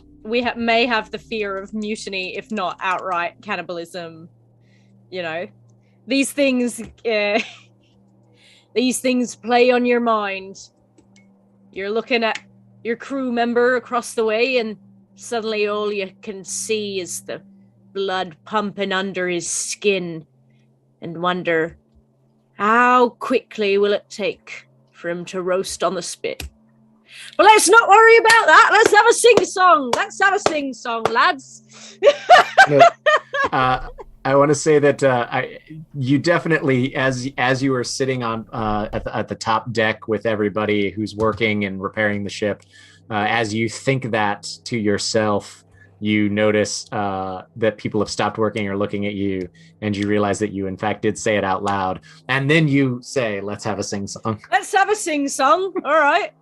It's good to talk about the things in our heads so they don't stay there and ferment. Speaking Alrighty, of, have we still got enough booze? You know where your like half a flask Where is, my but that's about stash is. the Right. funny thing about the barrels full of rum No. and the fire. No. It's a sad day. So I have a question for Ellen. Sure. Not Lockjaw. Yeah. Are we gonna roll for this little sing song, or are we just gonna do something else? Do we just do it? Or do we just do it? Do I just do it and then have you judge my performance? Oh, no, clearly, yes. That's what it'll be. Oh God. Okay. I've been looking forward to this. All right. Well, everybody, it is a sad day. We've lost our rum reserves. I managed to find a little, so pass round a thimble to each of you men, women, and everything in betwixt. Let's have a little sing-song. Whoa. Come guess me this riddle. What beats pipe and fiddle? What's hotter than mustard and milder than cream? What best wets your whistle? What's clearer than crystal? What's sweeter than honey and stronger than steam? What'll make the lame walk? What'll make the dumb talk? The elixir of life and philosopher's stone. And what helped Mr. Brummel to build the dang tunnel? Wasn't it protein from old in a show? So stick to the crater, the best thing in nature for sinking your sorrow and raising your joys. Oh Lord, it's no wonder if lightning and thunder weren't made from the plunder of whiskey, me boys. And everyone raises a glass. That is absolutely fantastic. I am going to say that almost like a natural 20 will count as 2 successes for repairing the ship. The ship is now structurally able to fly. That is taken care of. So the things that are left are supplies. So our supply situation is still is getting a lot better. The heading for where you need to go and figuring out exactly where you have drifted to are your main concerns now. So Ruin, why don't we go to you? What does Ruin want to spend this next day doing? You sort of oversaw repairs and that's done now. What do you want to work on now as far as just a quick question. Was Ruin or Will in the audience? I mean, I think everybody knew this was going on upstate on the top deck. So I think sort of in the dark starlight, it's like you're playing like a concert during the Northern Lights. I think sort of everybody sort of kind of gathered for the last little bit of that song and lifts everybody's spirits. Yes. Can I then give an inspiration to who needs it more? I'll let between the two of you decide. Probably the navigation. Yeah. All right. Cool. Okay, so we'll give inspiration to Will. So you've got inspiration when we get to you. Ruin, between where you're going or where you've drifted to, what do you want to work on? Probably where we're headed. Okay. Then yeah, you can actually with that, like if you guys want to all focus on that, you can help Will with that. It will negate the disadvantage and he has inspiration. So he can actually roll that with advantage. Or no, inspiration will give you a D6. Yeah. D6. So it's a straight roll plus a D6 if you want to help Will. Everyone? All right. Yep. All Okay, hands on deck.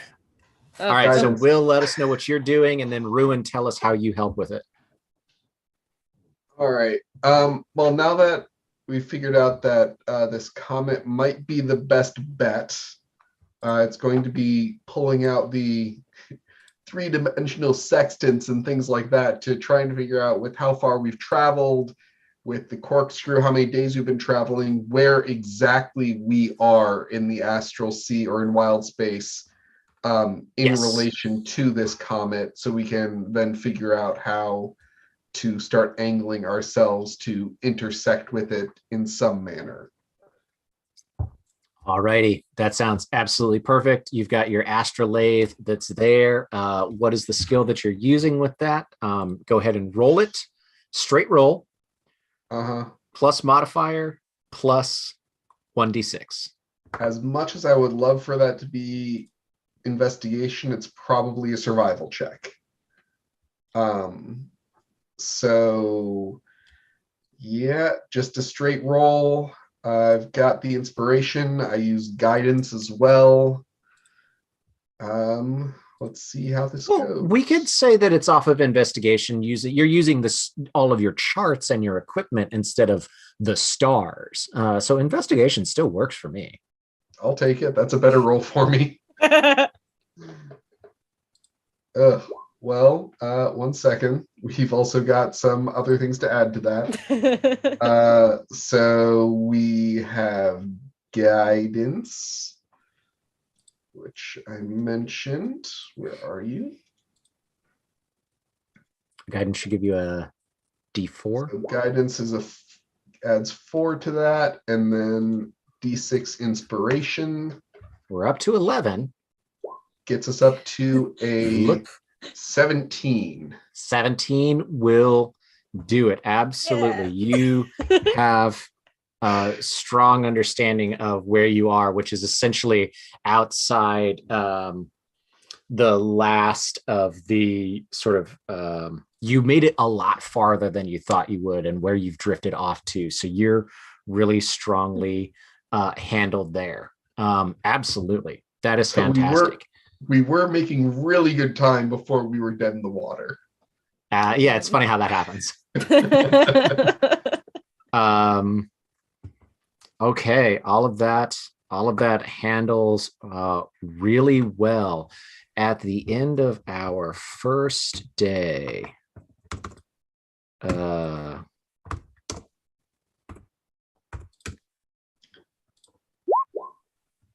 okay, so without giving anything away, because I know some people have their own little secrets for their character, everybody basically from starvation, dehydration, and exhaustion takes 7 points of damage. Ugh. And like, you're not able to rest well enough to heal this damage until the ship is fully repaired. Well, so yeah, that is a hard rough times ahead. So is that in addition to the damage that we'd taken from the fight a couple of days ago, or is this the like new damage? This is our first day, so you would have healed back to your top. Okay. So yeah, if we look at, let me move us all back over here so we can see it.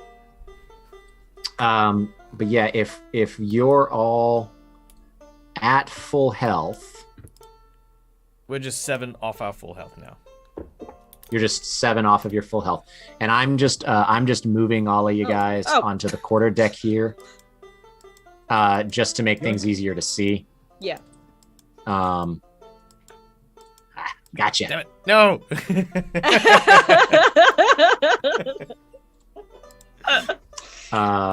Alrighty, so sweet. It's our next day. Supplies are almost taken care of, and then just our navigation is our place to knock that out next. So where would we like to deal with that? I mean, Will's continuing to work on navigation. That's sort of been their baby. Yeah, I'm gonna try and hunt a whale. I would like to join you. Can I join you? Yes. You got room in this boat for 2? Well, quite frankly, I'm already taking up room for 2. Alright, come aboard. Probably. I do love our jests. No body shaming on my butt. No. Yeah, it's probably gonna make you outlast all of us. I'll remember you all fondly. Especially Thin Jim. All right, so the Dim two of you are Jim's going to already be dead. working on that. Tell you what, make a survival check, Michael. With make it just flat. Make it a flat roll since you've got help there. Just make a straight up survival check first, and we'll see where that goes. Oh, A natural 20. delicious. Okay. Oh boy. Alright, I'm hunting away, I am. So what you are able to do is, while it isn't a whale, there are these massive creatures out in the astral sea that are they look like whales, but they're large enough that like small towns can live on the backs of them. You don't catch one of those. It's bigger than your ship. But you Come on. are able to hunt. So there are these creatures called in wild space called scavers. They're sort of a cross between sharks and eels and like a beluga whale or a killer whale sized, an orca sized. So you catch a gray scarver. The thing's almost as large as the little dinghy that the ship would be able to house, and that actually will feed the crew for the rest of the day. So that is going to lower the die that I roll to look at your sort of exhaustion and starvation damage for the end of the night. You're gonna take less damage because of that. Fantastic. Yep. You do it. Especially because a good portion of it goes missing. So the supplies are taken care of. That doesn't mean that your supplies are okay, but you now understand the level and what you need to do between the two of you. So Will, you're dealing with. I was going to ask, in addition to that, would there be any way? I know that we're not really built for it, but would there be any way to like grab or harvest or process like any other materials from this creature? Like, I don't know if it's got like unique. There's teeth and skin and stuff like that. It's a survival check, just like skinning any other kind of creature. If you want to make another survival check at disadvantage. Yeah, let's do it. I mean, we could. Why not? Yeah, we could have blubber for burning, for for candles, for oil, that kind of stuff. Yeah, that's what I was thinking. All right, so that's an 8.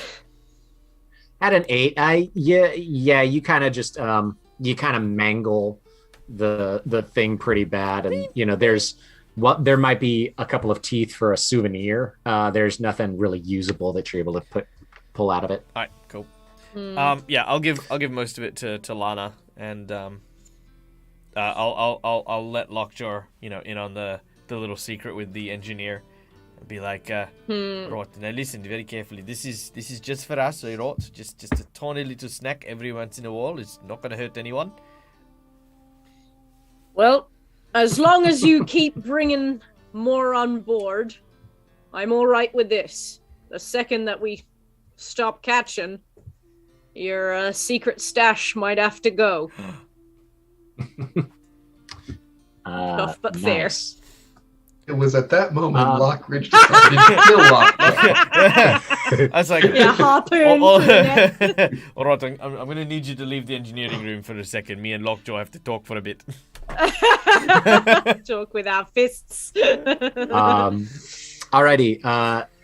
Will, your navigation check. How are you doing it? And we'll get that roll. So we've done a pretty good job of figuring out where we are in wild space. We have a plan for catching up with this comet. So this time we are going to look into a way to just, if possible, briefly ignite the plasma ring for a burst of speed to get our course to where it will hit or come into line with the comet, or basically like just a brief moment of propulsion to get us moving in the right direction, even though we know we won't be able to sustain it. Okay, yeah. So you start to gather all of this stuff and do that. You know that the ring is essentially going to be the helm will have to be repaired once that's done, which is the last step in all of this. So as you start to gather and prep and plan and all of that kind of stuff, let's make the roll to make that happen. Is that going to be an Arcana check? Or Let's do that off of Arcane, yeah. Okay. Guidance and Sure. disadvantage again. Mm-hmm. Blarg. Well, so that is Oh dear. 6 plus 4 is 10. Okay. And 1 second, let me just see if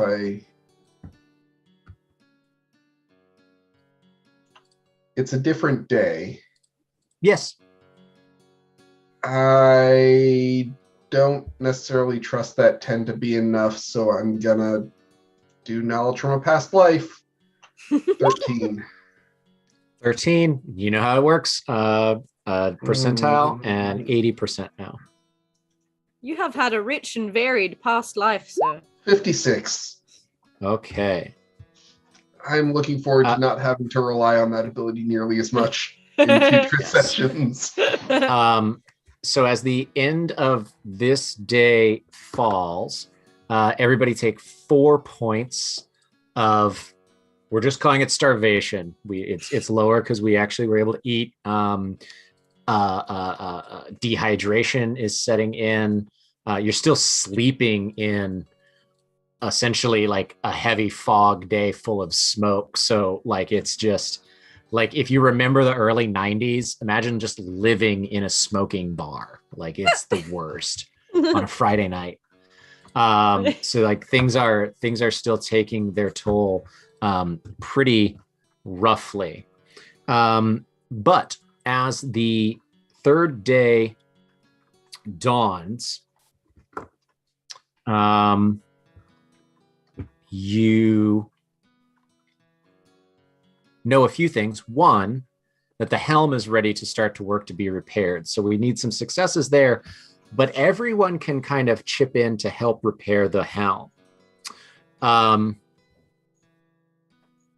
In the night, there are screams, and you find in one of the crew quarters, there is someone who was just on watch in the middle of the night. You know, it's a skeleton crew, but you find a crewman in the storage, the back storage deck, towards the on the second level, towards the rear of the ship. You find him dead. There are small puncture wounds and burn marks across his body. Huh. Well, looks like maybe one of those critters. Either we didn't do a good enough job ratting them out, or one's bred, or who knows what. That looks like a spider bite. There was one more in the cabin, or in the near the front of the ship, that had me webbed up when things got a bit when we were starting to deal with the fire, but I figured it must have gotten taken care of since no one had seen it or around the ship since then. It's sort of hard to hide a 5-foot wide spider. Oh, it's been like 3 days as well. I mean, you think someone would have heard it or noticed it? Well, they're good at hiding those things. You can't trust these creatures. Look at their cold, dead eyes. I say we man out. Put together a train of men, and leave no stone unturned on this ship. And so I was going to say, all right. And in fact, I think I've got a good idea to motivate everyone as well. And I'll whisper to Lockjaw, because Lockridge isn't the favorite person on the ship. It's like stuff. But he will offer some beautiful fillets from the sea beast that he had kept for himself to the person who can kill, who brings down the spider. They get the fillet. Excellent. Okay. Well, here's your incentive. Nice. So the captain sort of orders that'll be portion of the crew that will be working on that, as well as working to get the helm itself ignited and rolling. So the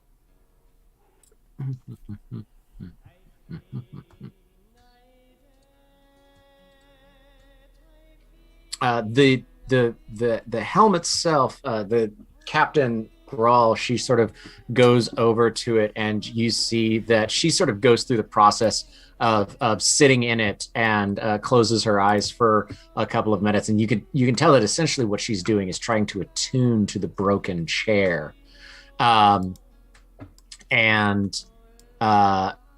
when her eyes sort of pop open and are sort of glowing this teal light, which you recognize as the same color that the runes are, and the runes sort of start to spark and fizz, but not fully lit up.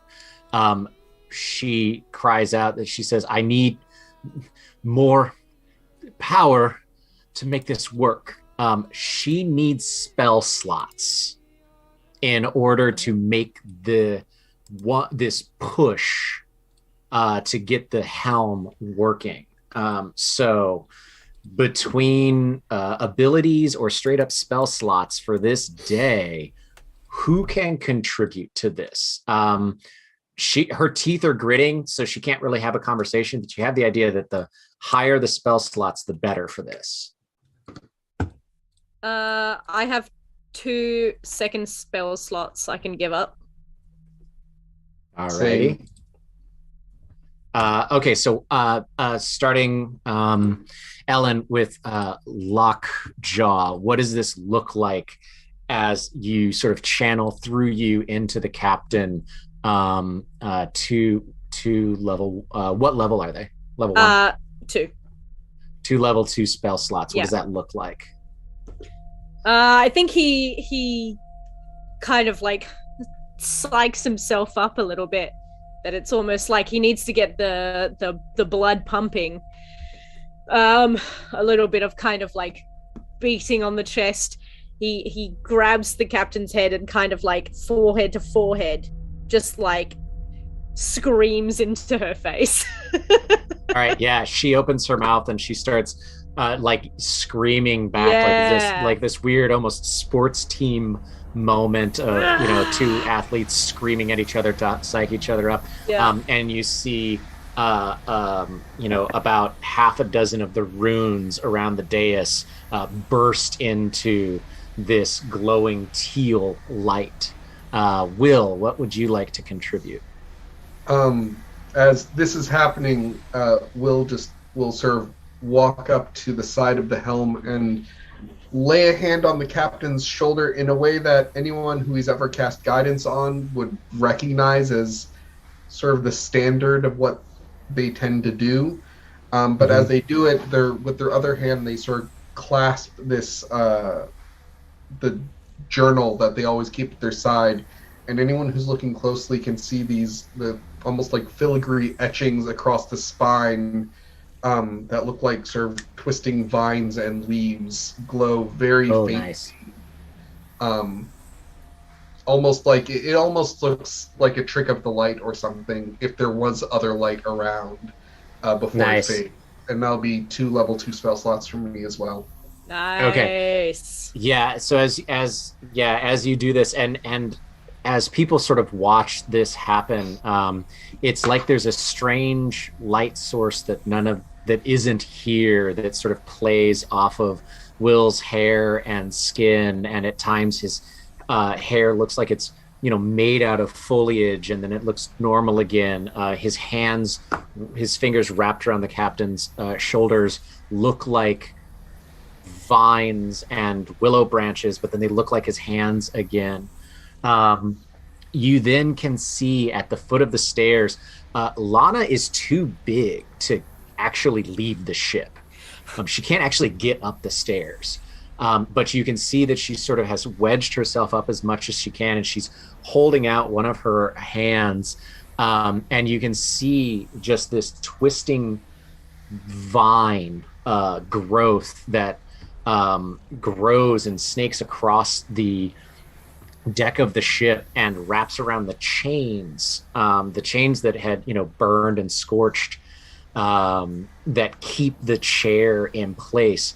These vines wrap around that as well.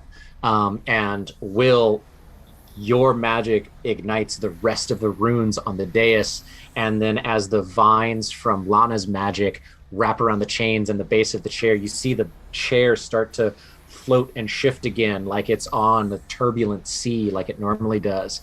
And sparking in the space above you, there's this great ring of fire that just ignites around the ship. The fog and smoke of the air glowing, and everybody falls just right on their asses as the ship lurches forward in one great push in the direction of what will hopefully be a replenishment of air and then possibly supplies as you reach your destination. The tension, the G-forces press everybody against the back wall of the little ring where the Spelljammer helm is. You can your skin pulls taut. You can feel the blood pooling at the back of your skull. Vision starts to darken for a number of you.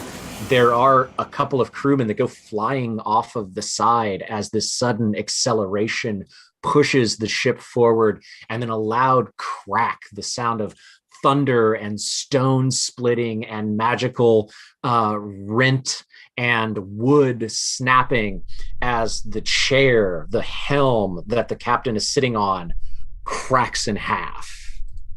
And the ship rockets forward on the trajectory, the telemetry laid in by Will and Ruin. And we'll find out how that goes next week with the end of chapter 1 for The Flight of the Northwest. Woo! Oh, snap. There we go, folks. Well done, everyone, not dying. Still alive. Episode 4 next week. Still alive, but just barely. Okay. Well, hey, everybody. Thank you for joining us for episode 3. I want to real quickly just say a huge thanks to the entire rest of the cast and Michael for hosting all of this. Let's start with Ellen to let us know who you are, where we can find you, where we can watch your awesome stuff and listen to it. Let us know all of that fun stuff. Hello, who am I? Well, I'm a mentally disturbed actress living in Ghana, Yurta, in South Australia. But more importantly, I'm a creator and performer for the winning variety TTRPG podcast, Roll to Cast. That's ROLE to cast. Each season is a different game system. Each episode is about 30 minutes, so perfect for a commute and perfect for binging one complete story. You don't need to go back 300s of episodes. We've got perfect packages for you, 7 in total. So check that out, please. We also do a live stream at the end of each month. This month it's looking to be either Call of Cthulhu, Quietus, or Death in Space. We put that out to our patrons to vote on that. So yeah, it's going to be really fun. I'm also on Sirenscape every Friday playing Cyberpunk Red, 10 seasons of that. It's really fun. And and I do June monthly on Cybernation Uncensored. So lots of fun. So thanks everyone for having me. I'm glad I got to break out my little ukulele. If anyone has Yeah, that any was amazing. recommendations of any other Irish or, any kind of shanty type songs, let me know. Hit me up. Awesome. That brings us to Nyx. Let us know what you do and where can we follow you? Hey, I'm Nyx. I'm an internet silly person. I stream here on Twitch under Punkle Nyx. I'm also a glass etcher. You can find me on the Etsy's MC Etching. Same with Twitter, MC_etching. I'm just just a guy who does weird things and smiles a lot and etches pretty glass baubles and plays games with cool people. All righty. And then Tucker playing Will. That takes us to you. Hi, I'm getting 3D modeling commissions off the ground. You can find me on Instagram at shadowcast_creations or Twitter at shadowcast3dm. Yeah, that's me, quick and easy. Nice. All right. And I am Ryan. I am half of Roll4 Initiative. You can watch all of our videos on our YouTube channel, Roll. ROLL, the number 4 initiative. We do GM diaries, product reviews, as well as you can watch all of the past episodes of this show. We put them up live on Thursdays, so you can watch them on a Thursday and then join us live on Friday. So check that out if this was your first episode. But yeah, Dawn and I, we make fun, geeky, nerdy videos that a bunch of people seem to like. So hopefully you'll watch them and you'll like them too. And that takes us to our gracious host, Michael. Hello, g'day guys, my name is Michael, I'm the Devil's Gamer, this is my place, this is my face, and you can find it here so many times during the week. I'm a TTRPG facilitator, content creator, and ambassador to all things good and wonderful that involves role-playing games. You can find me all over the internet. I do a ton of different games. Right now I'm actually a guest star on 3 different games, including, of course, Quincy's Tavern, which I think we will be on in a couple of weeks for a tavern brawl.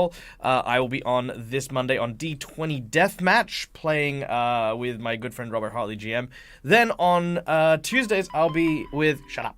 Then I will be on Tuesdays with the Mercs of Mischief, and then Wednesdays, I'll be hanging out with my good friends over at Careful Cantrip as part of the new campaign. So if you want to see all of those, yeah, go follow my stuff. We're going to go raid Distal now, but thank you for joining us, and until we meet again, game hard or die trying.